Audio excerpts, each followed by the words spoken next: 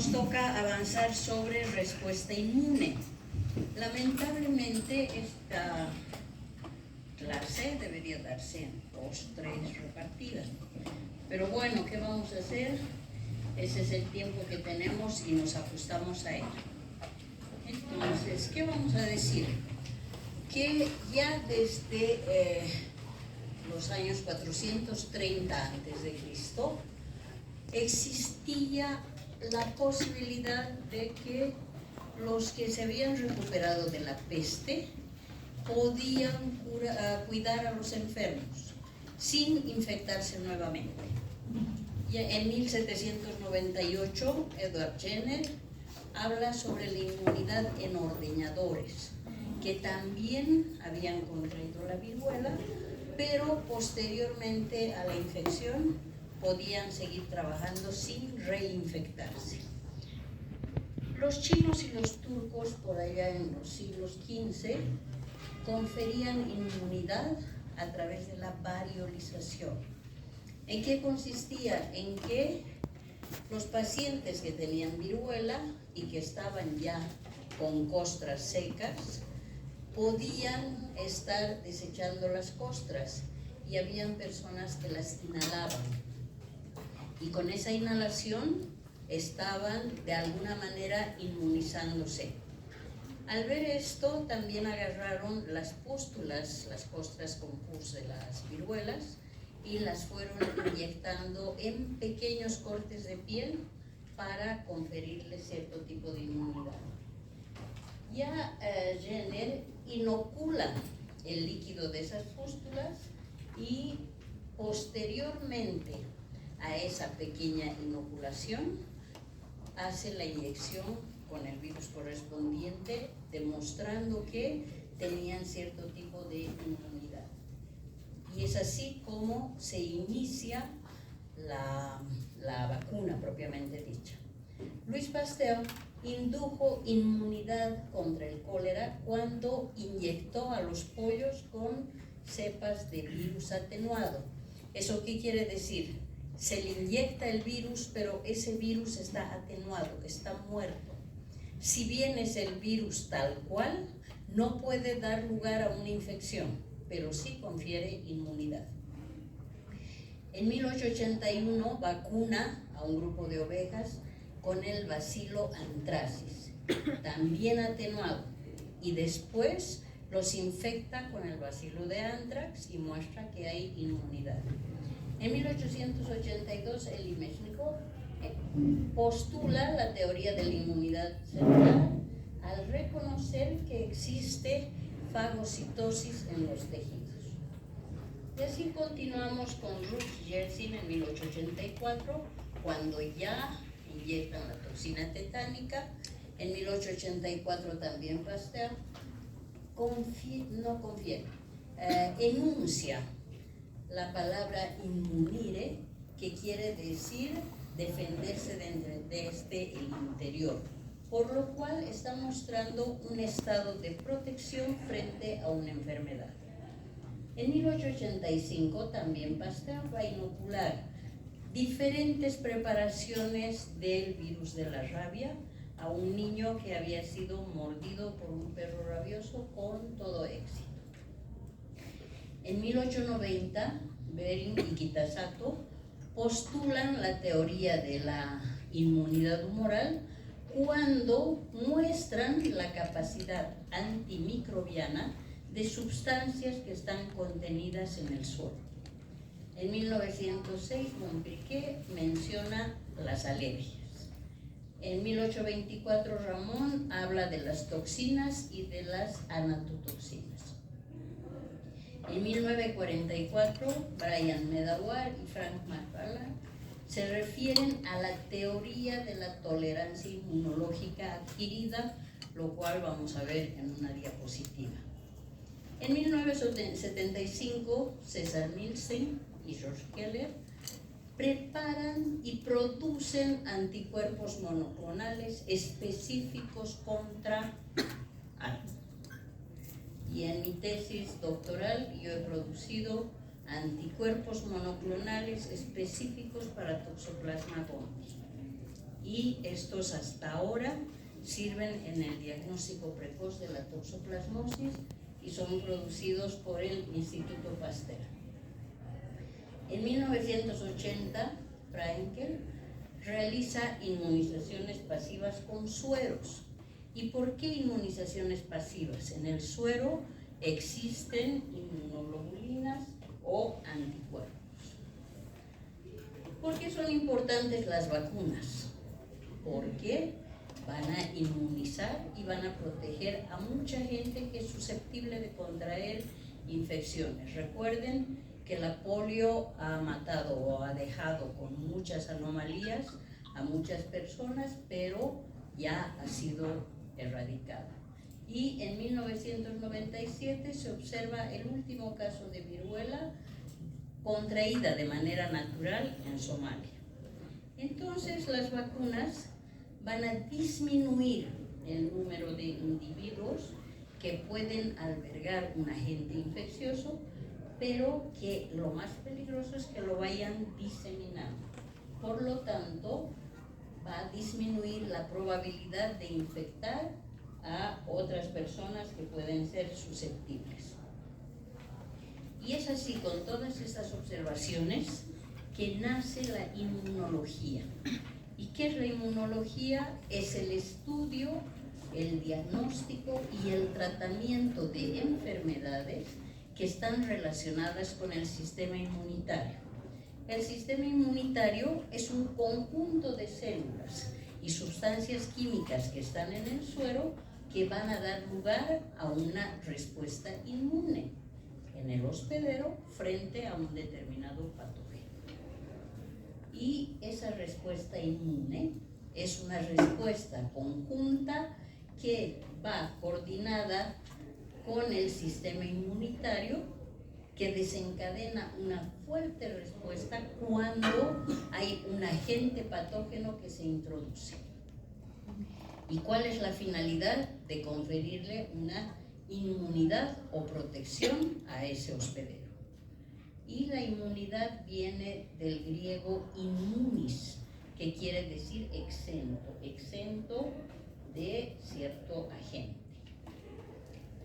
El sistema inmunitario está diseminado a través de todo el organismo. ¿Por qué?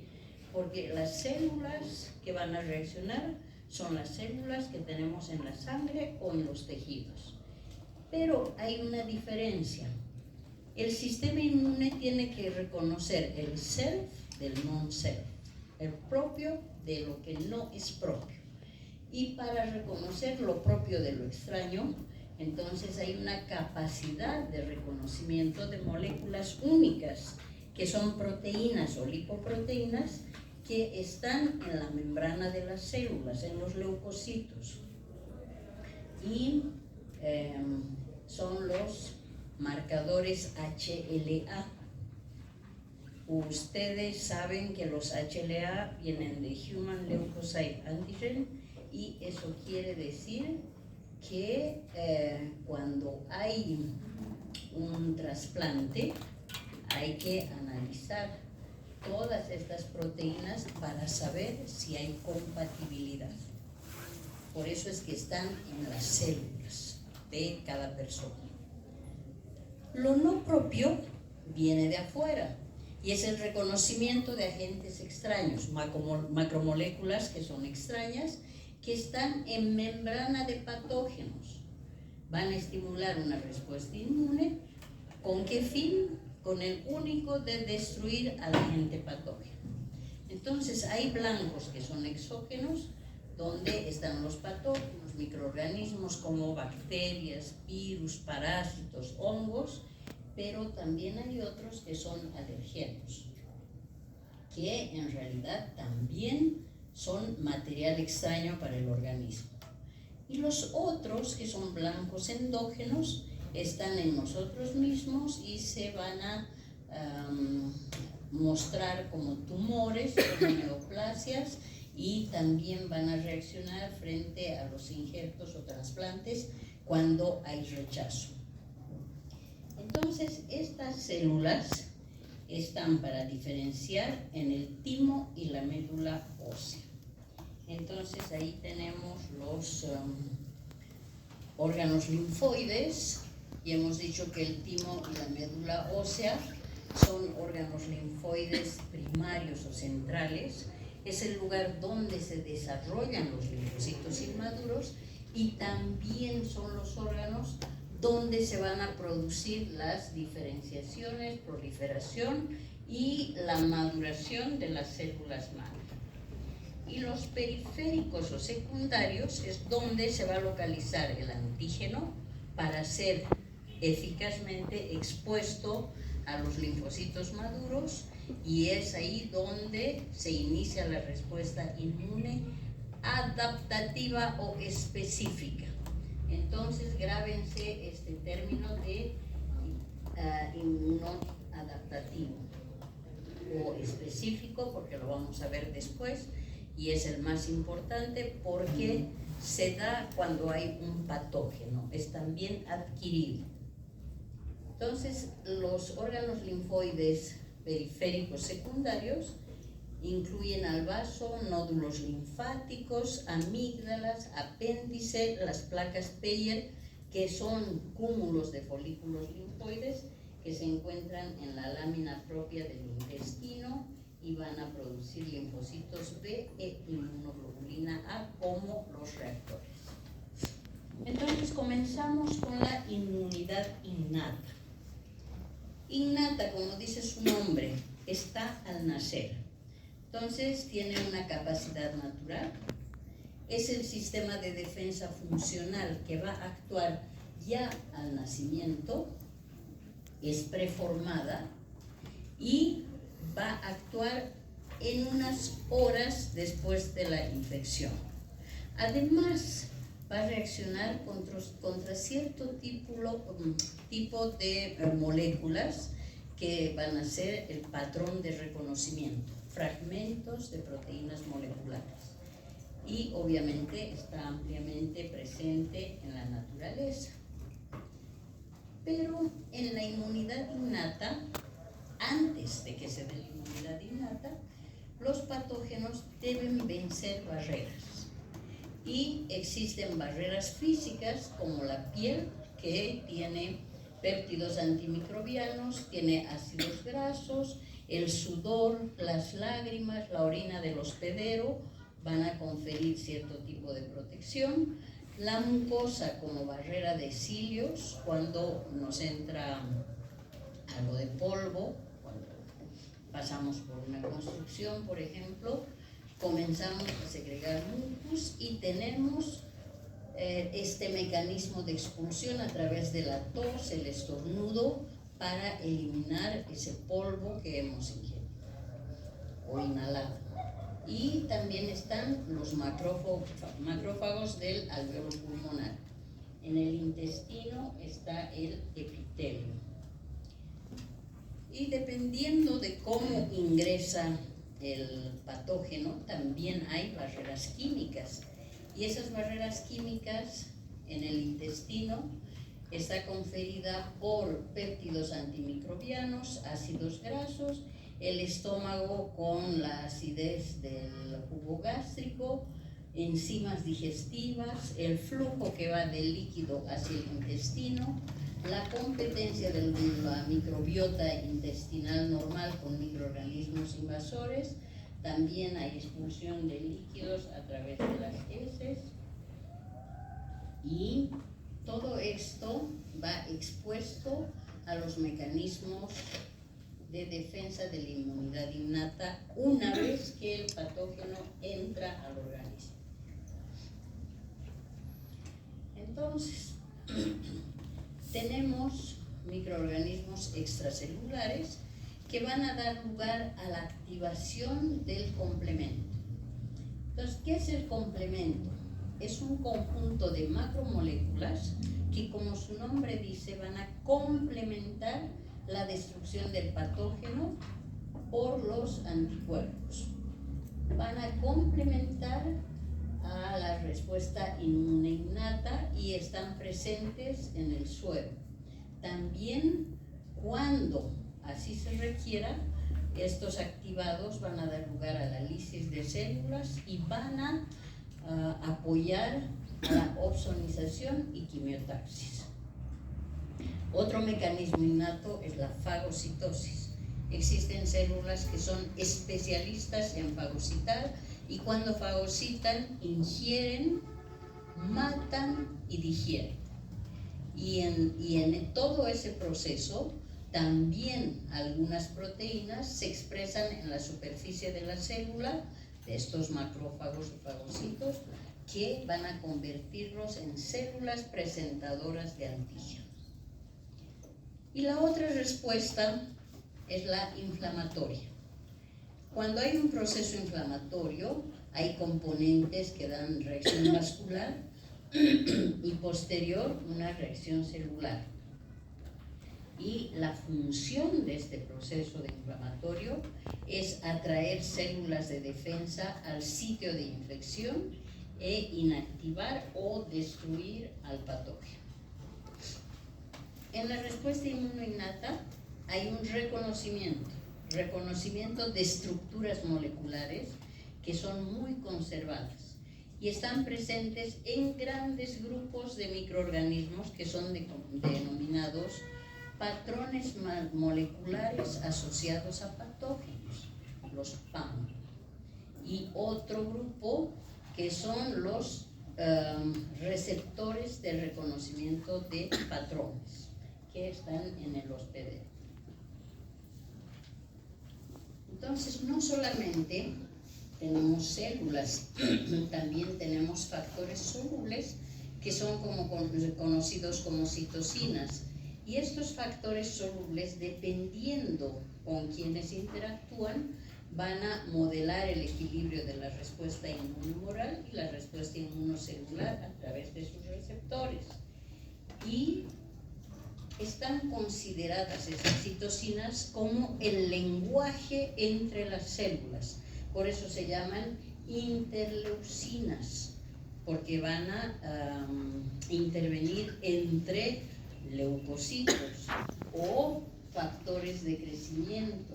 También están las quimioquinas que van a estar presentes cuando las células salgan del tejido hacia la circulación.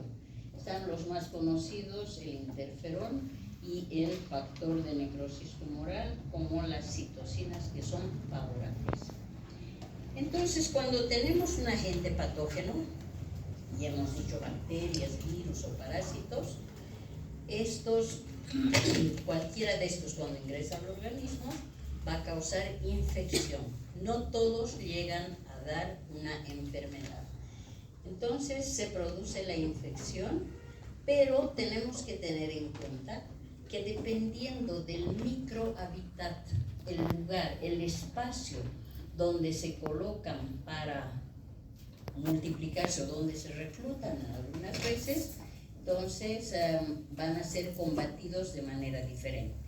Entonces tenemos el ojo, el cerebro, el útero gestante y tenemos también los testículos como órganos privilegiados. Si hubiera una respuesta inmune en el ojo, se imaginan el daño que produciría, al igual que en el cerebro o en el producto cuando la mujer está gestando. Entonces, cuando ya tenemos el inicio, el ingreso, si ustedes quieren, del patógeno al organismo, ya ha vencido las barreras físicas, químicas que hemos mencionado y se va a instalar la inmunidad innata. Entonces, la inmunidad innata es no específica. Eso tienen que tener bien en cuenta como diferencia a la inmunidad adaptativa, que es una inmunidad específica. Ya vamos a ver por qué es específico y por qué es no específico. Hemos dicho que la innata se da rápidamente, que responde a las PAMs, permite un lapso de tiempo corto para que desarrolle la inmunidad específica, no es selectiva, vence barreras físicas y químicas previamente y hay defensas celulares.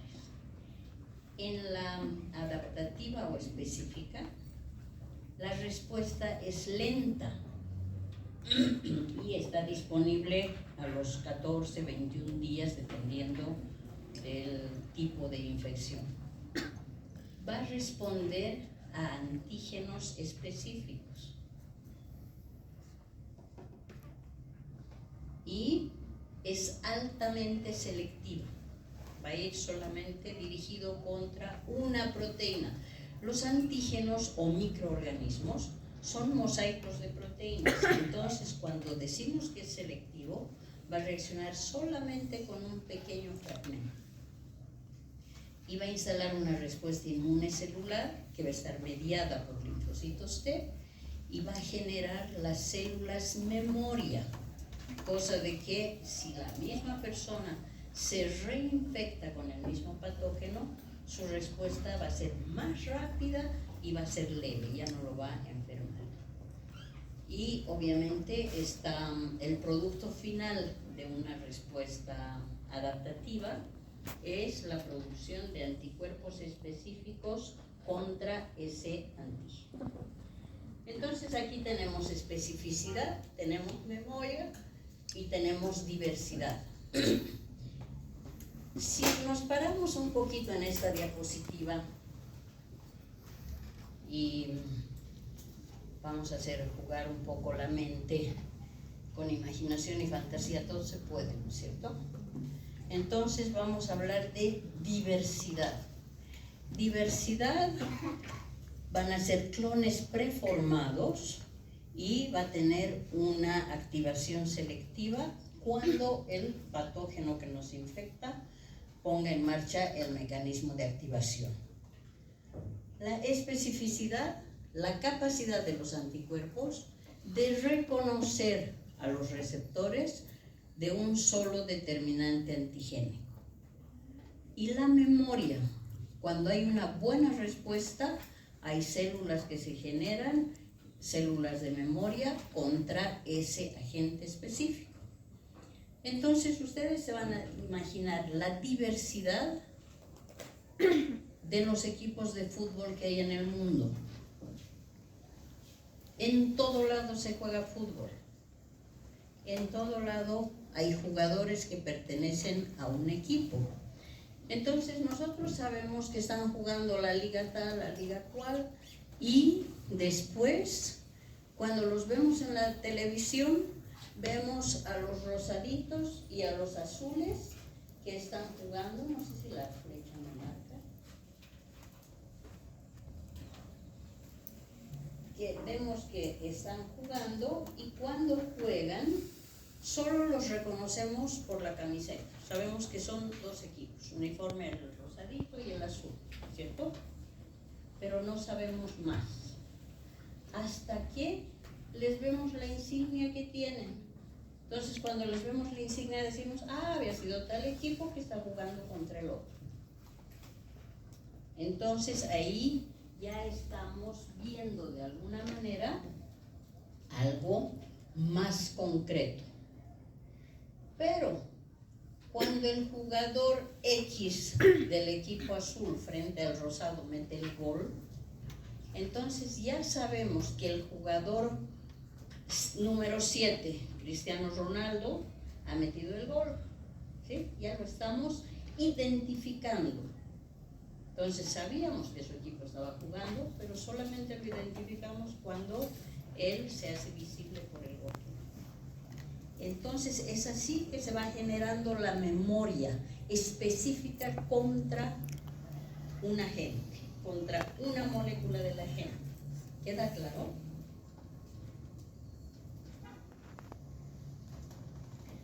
Entonces ya sabemos que hay moléculas que van a ir como antígeno y hay células que van a reaccionar. Entonces tenemos células que están en el tejido. Y en el tejido vamos a encontrar las células dendríticas, pero también vamos a encontrar a los macrófagos. Células presentadoras de antígeno por excelencia. También están las de Langerhans y los linfocitos B. Y también hay otras células, los mastocitos, que son células reguladoras. porque si se quiere disparar el sistema inmune, alguien tiene que frenar, ¿cierto? Y estos mastocitos están presentes en procesos de inflamación y en procesos de alergia que pueden controlar en el sistema, en el tejido conectivo. Entonces, ya cuando entramos a hablar de la respuesta celular, vemos que los elementos no específicos son todas las células que tenemos en nuestro organismo, que bien estén en la sangre o estén en el tejido. Y lo soluble, como el complemento, las citocinas, las defensinas. Y en la respuesta humoral ya tenemos elementos específicos, tenemos células presentadoras de antígeno que van a reaccionar con linfocitos T y B, y vamos a tener también a los macrófagos. Los macrófagos, quiero que tengan en cuenta bien que son células especializadas para destruir al patógeno. Entonces, estas células, cuando estén frente a un patógeno, van a comenzar a emitir pseudópodos. ¿Para qué? Para atraerlo y para fagocitarlo. Y una vez que los fagociten, van a meterlos, si ustedes quieren, al fagosoma. Y una vez que estén en el fagosoma, estos se van a unir con el lisosoma y van a formar el fagolisosoma.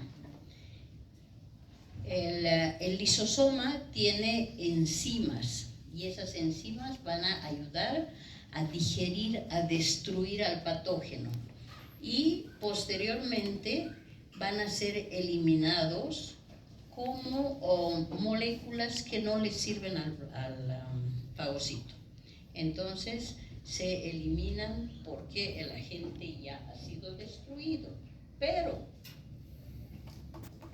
cuando ese agente patógeno por un lado ha estado intentando ser destruido, cuando no ha podido ser destruido totalmente, entonces esas sus moléculas no son digeridas y eliminadas al exterior. Pasa por el fagoendolisosoma y se va a asociar con moléculas del complejo mayor de histocompatibilidad. Y solo cuando se asocien con el MIC de clase 2 van a convertirse en células presentadoras de antígeno. ¿De acuerdo? Pero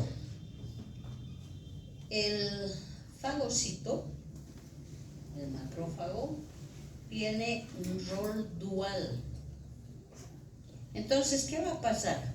Cuando se encuentre con el parásito, aquí arriba tenemos al Trypanosoma cruzi, lo ven bien flagelado, ¿no es cierto? Cuando T. cruzi se acerca a una célula, se une a la célula, hay un reconocimiento. Y ese reconocimiento hace que moléculas del núcleo del parásito y moléculas del núcleo de la célula hospedera tengan un intercambio.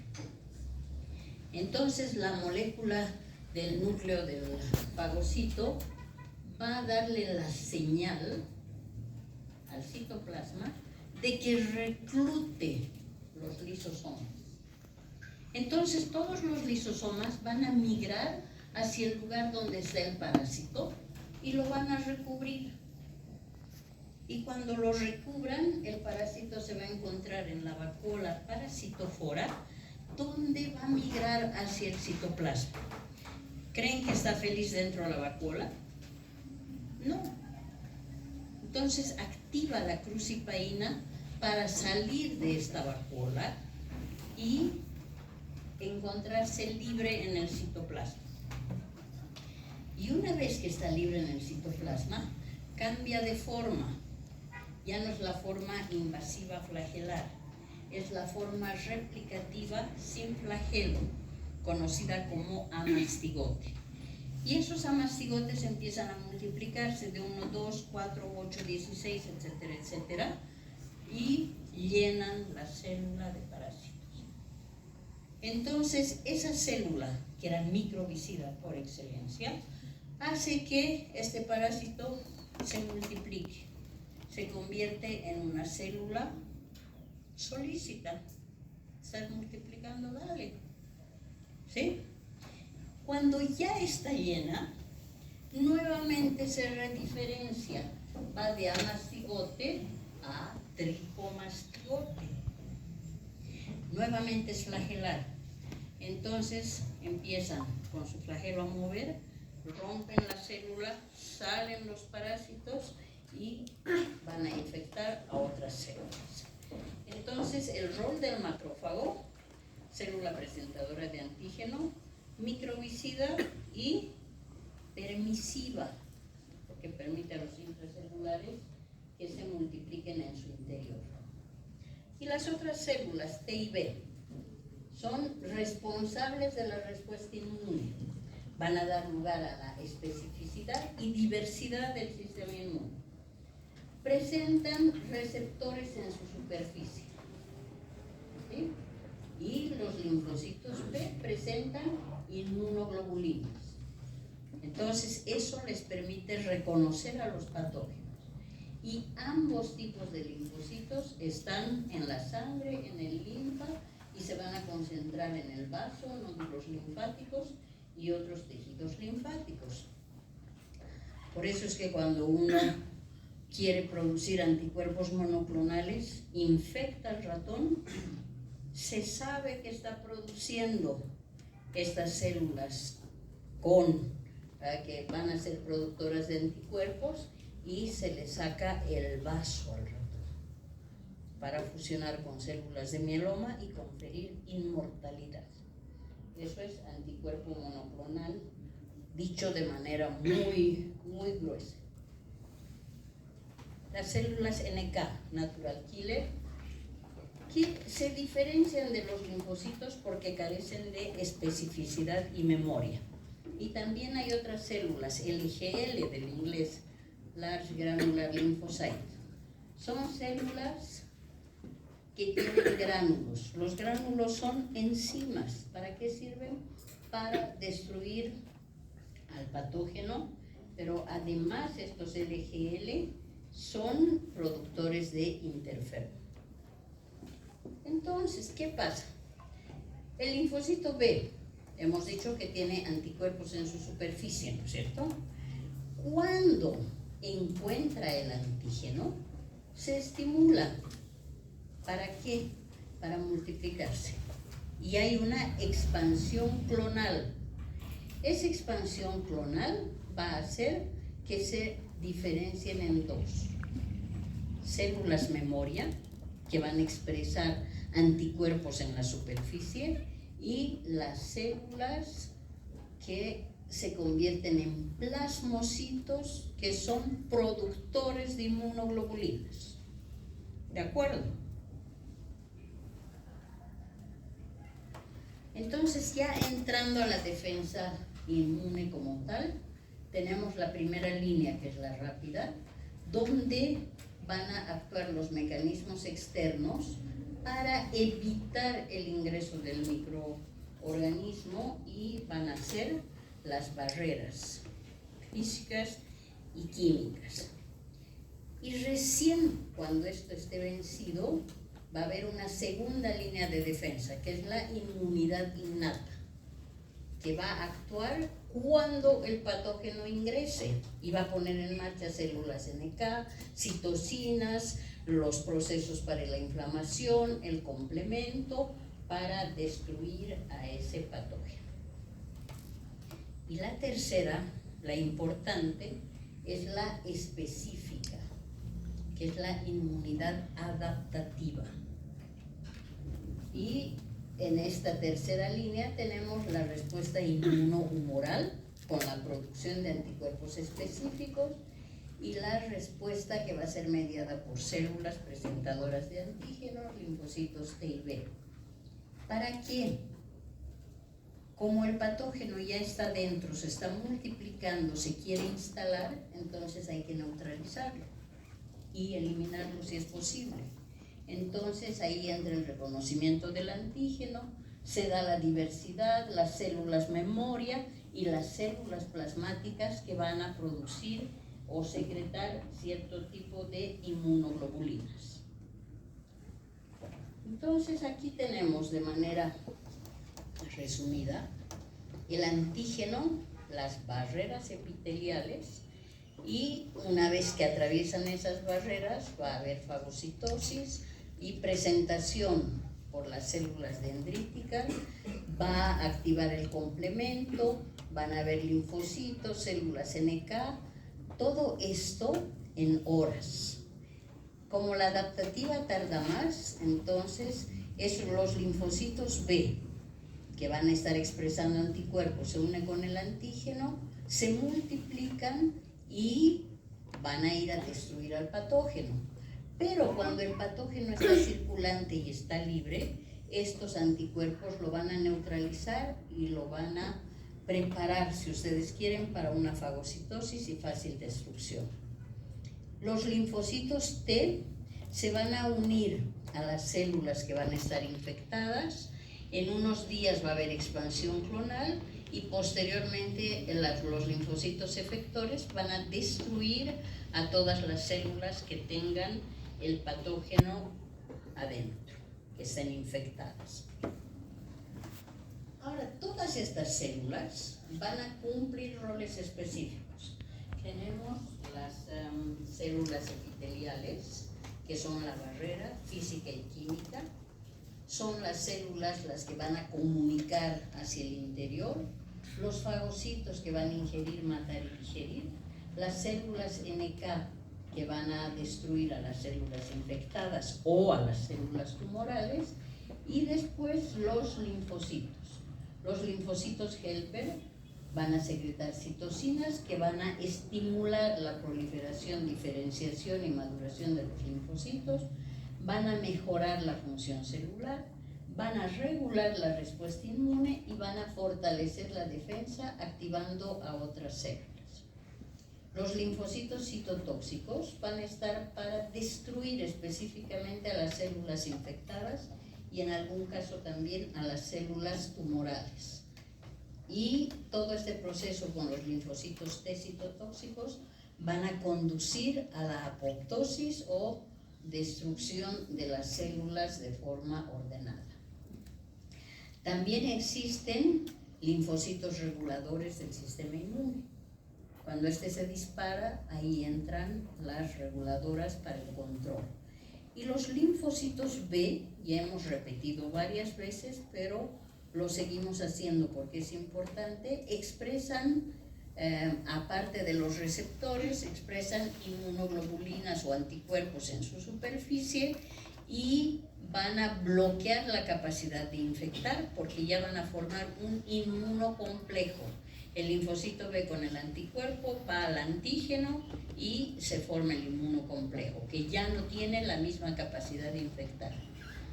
Y cuando están en esa situación, son fácilmente fagocitados y también estos linfocitos B son responsables de la respuesta humoral al convertirse en plasmocitos o células productoras de anticuerpos. Es por eso, por estos anticuerpos que están en el suero, que las células y los componentes del suero son efectores de la inmunidad. Entonces, los linfocitos T y los linfocitos citotóxicos tienen otra forma de reacción por el tipo de asociación que tienen. Ahora, los anticuerpos. Un anticuerpo es una molécula, vamos a decir una Y. Esta parte tiene las fracciones variables, ¿no? La cadena pesada, la liviana, que está asociada con puentes disulfuro, al igual que entre la pesada, y tienen la sección variable. Esta sección, al igual que esta, son las partes que se van a unir con el antígeno. Es la fracción FAB, Fragment Antigen Binding. Entonces, este FAB quiere decir, es la parte que se va a unir con el antígeno. ¿De acuerdo? Ahora les voy a decir que se acuerden de este fragmento, que es el fragmento como constante, cristalizable también se llama, es el FC. Entonces guarden en mente esa parte del FC porque en algún momento les voy a hablar de él. Entonces los anticuerpos, grupo de proteínas globulares del suero, y además es una molécula que va a tener esos dos sitios de unión con un epitope. Epitope, una palabra nueva, ¿no ve? El antígeno. Entonces el antígeno interactúa con una pequeña porción, ese es el epitope. Pueden haber varios en una molécula, pero se van a imaginar como la cerradura y la llave. Cerradura antígeno, llave anticuerpo. Entonces, ¿qué pasa? Cuando ustedes meten la llave a la cerradura, abre, ¿no es cierto? Cuando meten una llave que se parece en un 90% y le hacen movimiento y casa, decimos, ¿no ve? ¡Paf! Se abre. Entonces, lo mismo sucede con anticuerpos, que tienen gran cantidad de proteínas que son parecidas a la del antígeno para el cual han reaccionado y se unen, pero no se unen en un 100%, sino en un 90%. Por eso es que hay reacciones cruzadas, porque se parecen tanto que se confunden. Entonces vamos a hablar en el diagnóstico, hay reacción cruzada. ¿Por qué? Porque es una molécula tan parecida que también se le identifica. Entonces, esa es la unión del antígeno. Antígenos, moléculas de virus, bacterias, proteínas, hongos, parásitos y otros que se llaman priones, que son proteínas autoamplificadas. Y eso da lugar a las inmunoglobulinopatías, que no siempre son patógenas cuando estamos hablando de polen y tejido trasplantado. Pero los determinantes antigénicos o epitopes van a ser reconocidos por una sola célula T. ¿Sí? Y como hay clonalidad, entonces van a ser muchas células para un mismo determinante antigénico, pero todos van a tener la misma especificidad. Y aquí tenemos una molécula de antígeno. Ya les he dicho que los parásitos son mosaicos de proteínas y no todas las proteínas son inmunógenas. ¿Eso qué quiere decir? Que no todas las proteínas tienen la capacidad de dar lugar a la producción de anticuerpos o desencadenar una respuesta inmune.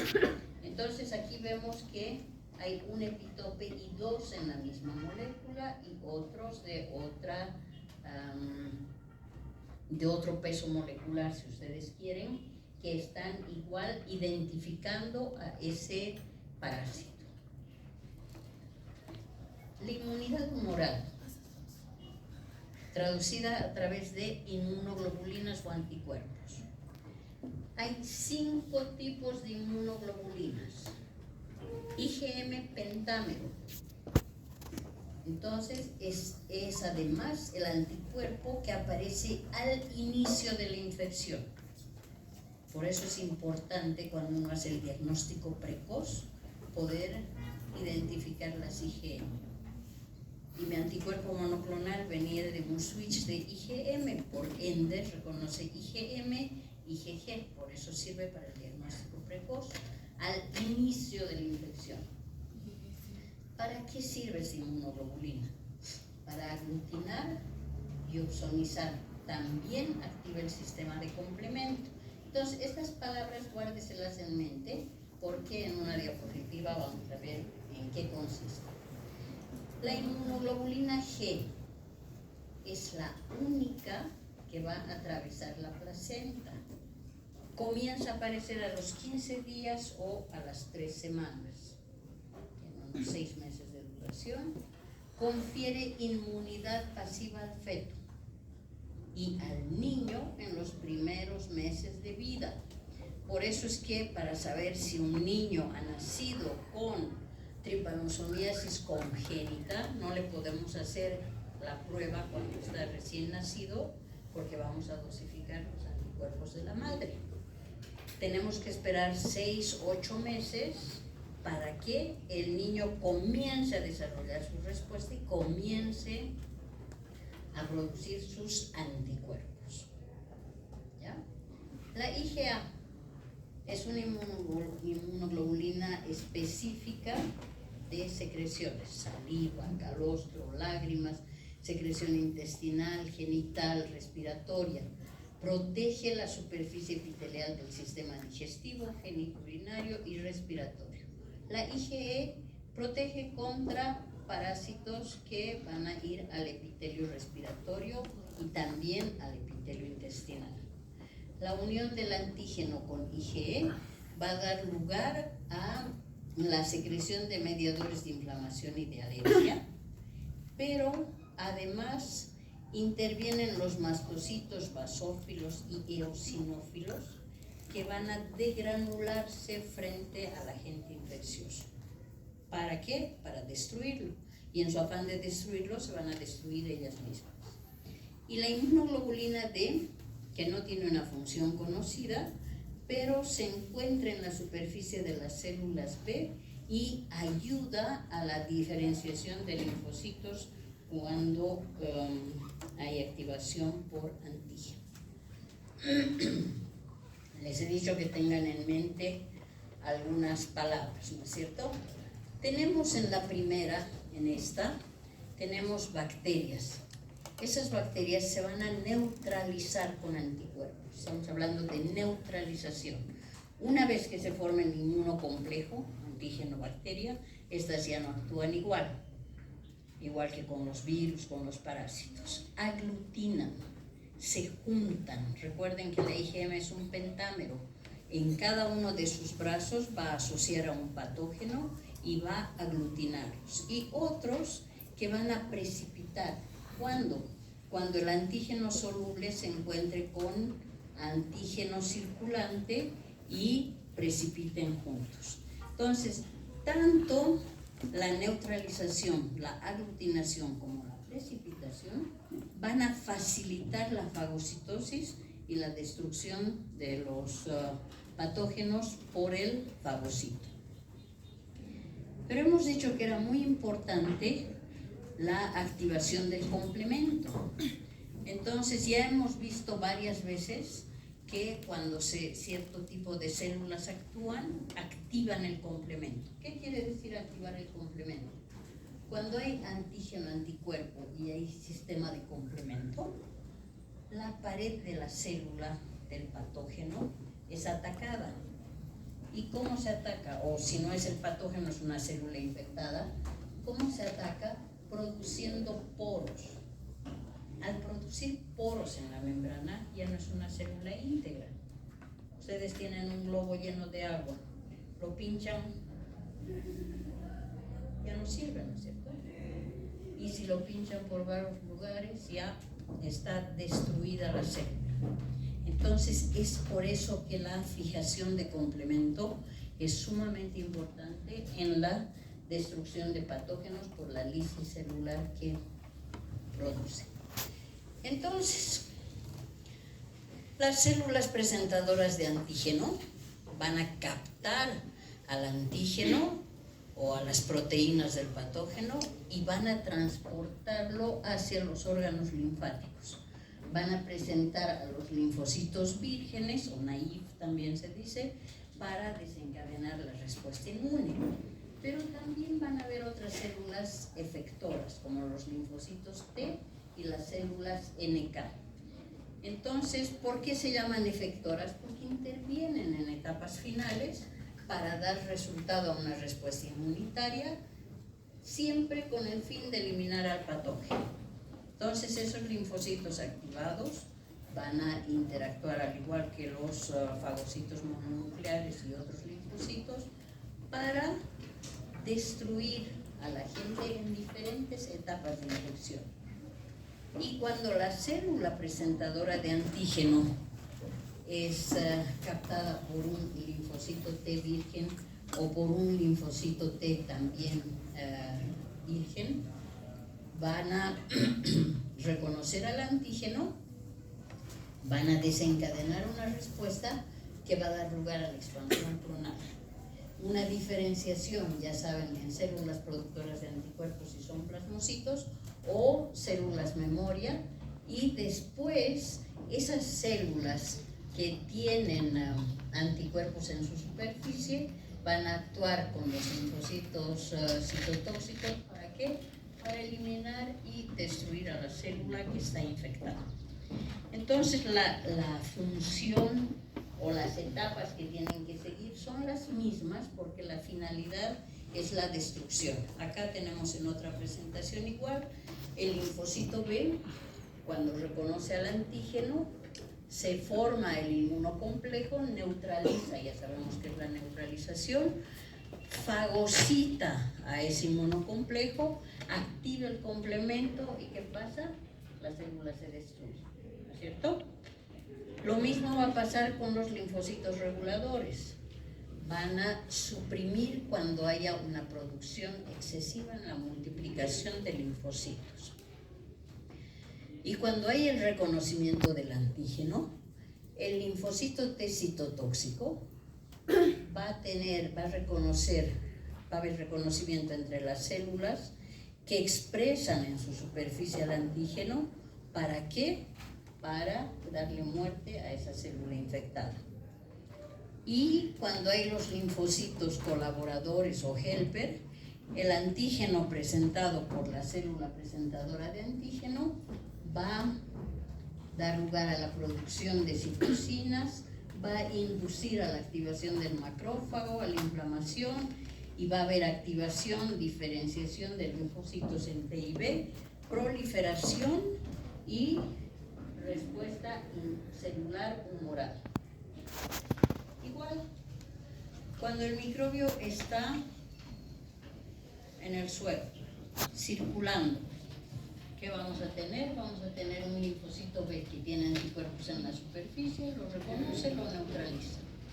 A nivel celular, el macrófago que tiene los microbios fagocitados va a dar lugar a una replicación de la célula infectada para su destrucción a través de los fagocitos macrófagos, a través del linfocito T helper, y esto a través del linfocito citotóxico. En este otro de la misma manera. El mecanismo efector, el anticuerpo va a reconocer el antígeno, va a estar ese anticuerpo en el suero y va a tener la función de bloquear y eliminar a los microbios extracelulares. Cuando están en la célula, las células o los linfocitos T infectados van a activar al macrófago para que eliminen a los patógenos intracelulares, al igual que los linfocitos T van a matar las células infectadas y van a eliminar al reservorio de la infección. Entonces siempre llegamos a lo mismo, ¿no es cierto? A la destrucción. Ahora aquí, ¿qué tenemos? Lo mismo que hemos hablado, pero en otra presentación, porque siempre hay activación, las células T que se movilizan, las citocinas que ayudan a la maduración, las moléculas del complejo mayor histocompatibilidad que van a presentar a los antígenos, las citocinas que se actúan para dar crecimiento o proliferación y diferenciación a las células, y esa diferenciación hace que tengamos linfocitos T citotóxicos y otros linfocitos T helper, pero siempre para destruir a las células infectadas. Es repetitivo, pero la clave está en entender cuál es la función. Si vemos este cuadro, nos resume la respuesta inmune de una Trypanosoma cruzi. Trypanosoma cruzi puede encontrarse con una célula dendrítica o con un macrófago. Su interacción con cualquiera de las células va a hacer que produzca interleucina 12. Esa interleucina 12 va a activar a las células natural killer. Estas van a producir interferón, van a activar otros macrófagos. El factor de necrosis tumoral también va a activar a las natural killer. ¿Para qué? Para destruir. Cuando en las células dendríticas se encuentran con un linfocito que todavía no está diferenciado, va a dar lugar al linfocito de clase 1 que va a producir interferón. Ese interferón va a activar las células citotóxicas y esas células citotóxicas van a matar a las células infectadas. El interferón también va a activar a los macrófagos y esos macrófagos van a poner en ruta sus sistemas redox, como fagocitos que son, para destruir al parásito, pero lo va a conducir a una fase crónica. Mientras que las células plasmáticas van a comenzar a producir anticuerpos para su posterior neutralización y lisis. Entonces todo gira en torno a lo mismo dependiendo cuáles son las células efectoras.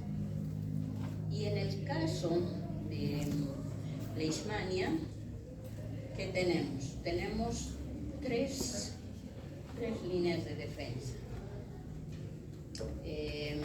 Una que está en la piel, porque recuerden que la leishmaniasis se transmite a través de la picadura del mosquito. Entonces, cuando a través de la picadura ingresan los parásitos, se pone en activación el complemento y otras células para fagocitar y destruir, pero recuerden que no todos se destruyen y se convierten en células presentadoras de antígeno. Esto va a pasar en la piel.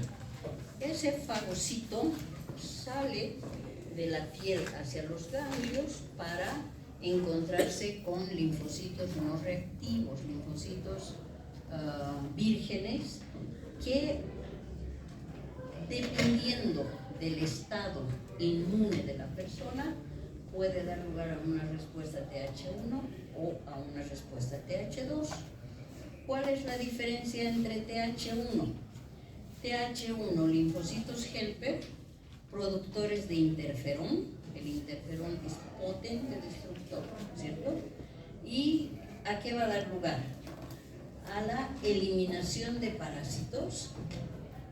Y si se eliminan los parásitos, podemos hablar de que ya no hay infección, hay una cura. Por lo tanto, este paciente que tiene una respuesta TH1 tiene una respuesta protectora. Este otro paciente tiene una respuesta TH2. En su entorno tiene interleucina 4, 5, 10, 13, que van a dar lugar a una desactivación del macrófago. ¿Sí? Por ende, al no haber interferón, no hay activación de macrófago y estos que están desactivados van a multiplicar al parásito. Y esa multiplicación va a dar lugar ¿a qué? A una progresión de la infección. Por ende, lo va a llevar a la enfermedad. ¿Sí? Entonces, TH1 igual protección, cura, entre comillas, y TH2 igual continuidad de la infección, una progresión y por ende patología. Ahora, frente al MINTOS les he dicho que hay otro tipo de respuesta, ¿no es cierto?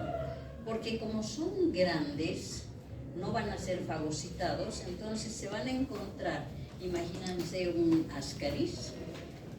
Cuando esté presente va a haber un estímulo de células caliciformes que van a empezar a producir mayor cantidad de mucus, va a haber mayor peristaltismo, porque hay que hacer algo para eliminarlo. Pero además va a haber una inmunoglobulina A que va a bloquear la cavidad bucal y el poro genital. Entonces ya está mal, ¿no es cierto? Ya está inmovilizado. Después vamos a tener las células plasmáticas que van a producir inmunoglobulina E. Vamos a tener o eosinófilos, ¿no? Y vamos a tener mastocitos y otros neutrófilos, que son células granulares. Recuerden que esos gránulos son bolsas de enzimas. Entonces, cuando haya una inflamación, van a haber mediadores, va a haber el factor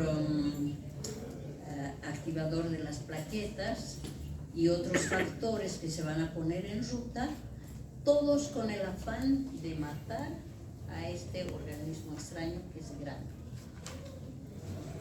Vierten sus gránulos, lo destruyen por un lado, por otro lado los mastocitos emiten una señal al tejido para que salgan los macrófagos y se den cita en el lugar de la infección.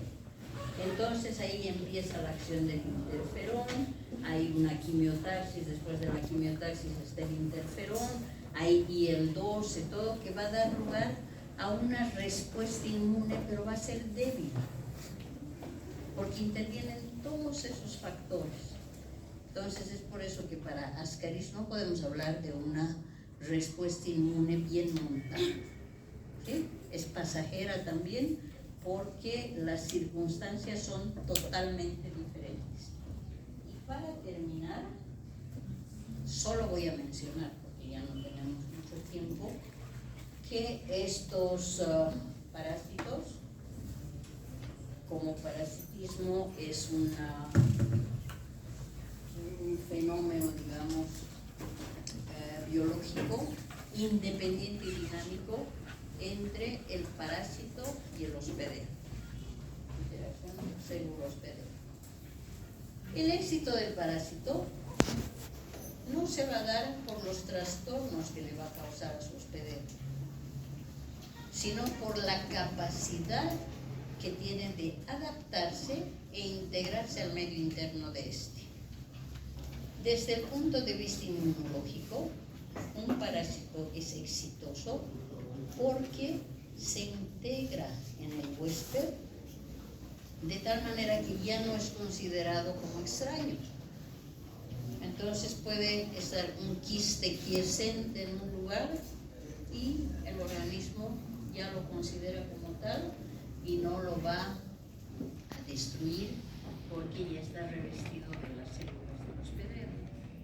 O cuando está dentro de la célula no tiene la misma capacidad de ser atacado por el anticuerpo. Ningún anticuerpo va a atravesar la célula para ir a buscar al antígeno y atacarlo, ¿sí? Y además existen mecanismos de evasión. Y esos mecanismos de evasión son sumamente importantes para la sobrevida de los parásitos en el organismo humano. Por lo tanto, la infección resultante puede provocar escasas manifestaciones clínicas, patología leve o severa, o también, en algunos casos, puede conducir a la muerte de su hospedero. Los mecanismos de evasión, así como la respuesta inmune de cada uno de los parásitos, los vamos a ir viendo en los capítulos correspondientes. Gracias, joven.